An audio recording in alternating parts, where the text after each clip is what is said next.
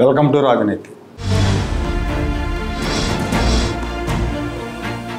Nellore rural నియోజకవర్గంలో గతంలో MLA Kotamreddy Sridhar Reddy గారు ఒకే రోజు 300కు పైగా పనులకు శంకుస్థాపన చేయటం, ఆ తర్వాత వాటికి ఒకే రోజు ప్రారంభోత్సవం చేయటం ద్వారా రికార్డు సృష్టించారు.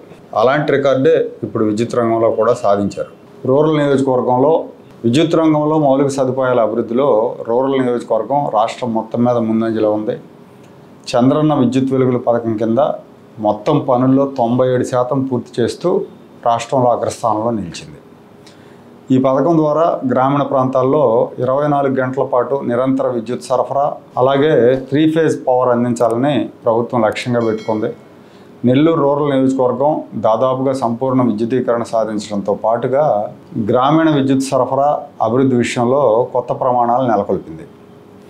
కేంద్ర ప్రభుత్వం 2021 జూలైలోనూ ఈ పథకాన్ని ప్రారంభించింది. రివ్యాంప్డ్ డిస్ట్రిబ్యూషన్ సెక్టర్ స్కీమ్ అని RDSS అనే పథకం కింద ఈ పథకాన్ని అమలు చేస్తూ ఉన్నారు. గ్రామీణ విద్యుత్ పంపిణీని ఆధునీకరించడం, నష్టాలను తగ్గించడం, స్మార్ట్ మీటరింగ్ ద్వారా కెపాసిటీ పెంచడం అనే లక్ష్యాలతో ఈ పథకాన్ని ప్రారంభించారు. రాష్ట్రం మొత్తం మీద బాపట్ల జిల్లా 59.51% పనులు పూర్తి చేసి మొదటి స్థానంలో ఉంది. రెండో స్థానంలో నెల్లూరు జిల్లా ఉంది, 59.4% పనులు పూర్తి చేశారు.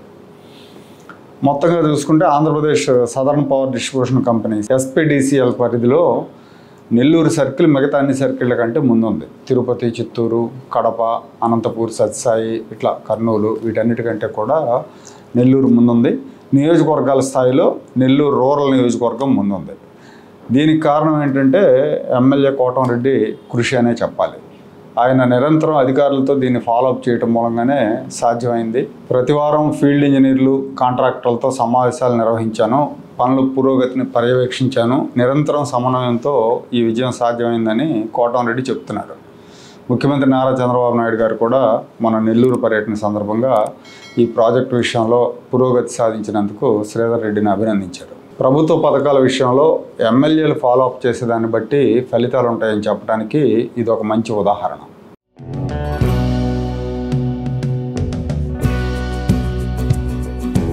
Like, share and subscribe to Rajaniti channel.